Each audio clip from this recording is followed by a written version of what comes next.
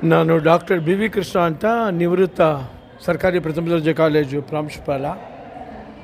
ಇಲ್ಲಿ ನಿವೃತ್ತ ನೌಕರರ ಸರ್ಕಾರಿ ನೌಕರರ ಸಂಘದ ಅಧ್ಯಕ್ಷ ಮತ್ತು ನಮ್ಮ ಸೆಕ್ರೆಟರಿ ತಿರುಮಳಪ್ಪ ಅವರಿದ್ದಾರೆ. ಖಜಾಂಚಿ ಈ ದಿವಸ ಬಂದಿಲ್ಲ, ಅವರು ಶ್ರೀನಿವಾಸ ರೆಡ್ಡಿ ಅಂತ ಖಜಾಂಚಿ ಆಗಿದ್ದಾರೆ.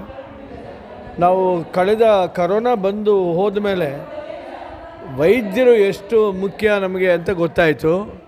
ಅದೇ ರೀತಿ ವೈದ್ಯ ಪ್ರಾಣವನ್ನು ಉಳಿಸೋವಂಥ ವೈದ್ಯರು ಅಂತ. ಅಂದರೆ ಅನೇಕ ಜನ ತಮಾಷೆಗೆ ಹೇಳ್ತಾಯಿದ್ರು ಏನು ಅಂತ ಹೇಳಿದ್ರೆ, nowadays during corona doctors are the big brothers of Yama Dharmaraya ಅಂತ. ಯಮ ಧರ್ಮರಾಯ ಕೇವಲ ಪ್ರಾಣವನ್ನು ತೆಗೆದುಕೊಳ್ತಾನೆ, ಅನೇಕ ಜನ ಡಾಕ್ಟ್ರುಗಳು ಪ್ರಾಣನೂ ಹಣನೂ ಎರಡೂ ದೋಚಿದ್ರು ಆ ರೀತಿ.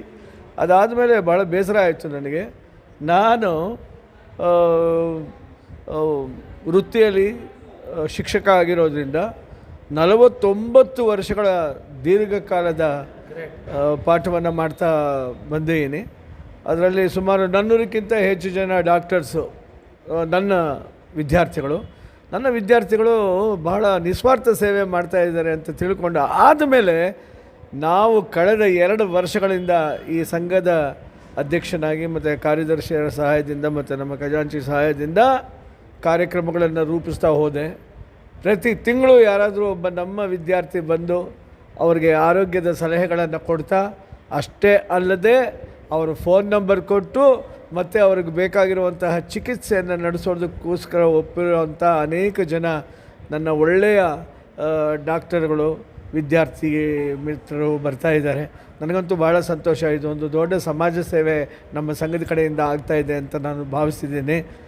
ಪ್ರತಿ ತಿಂಗಳು ನಮ್ಮದು ಮಾಹೆಗೊಮ್ಮೆ ಆರೋಗ್ಯ ಸಲಹೆ ಅಂತ ಆ ಡಾಕ್ಟ್ರನ್ನ ಕರೆಸ್ತೀವಿ.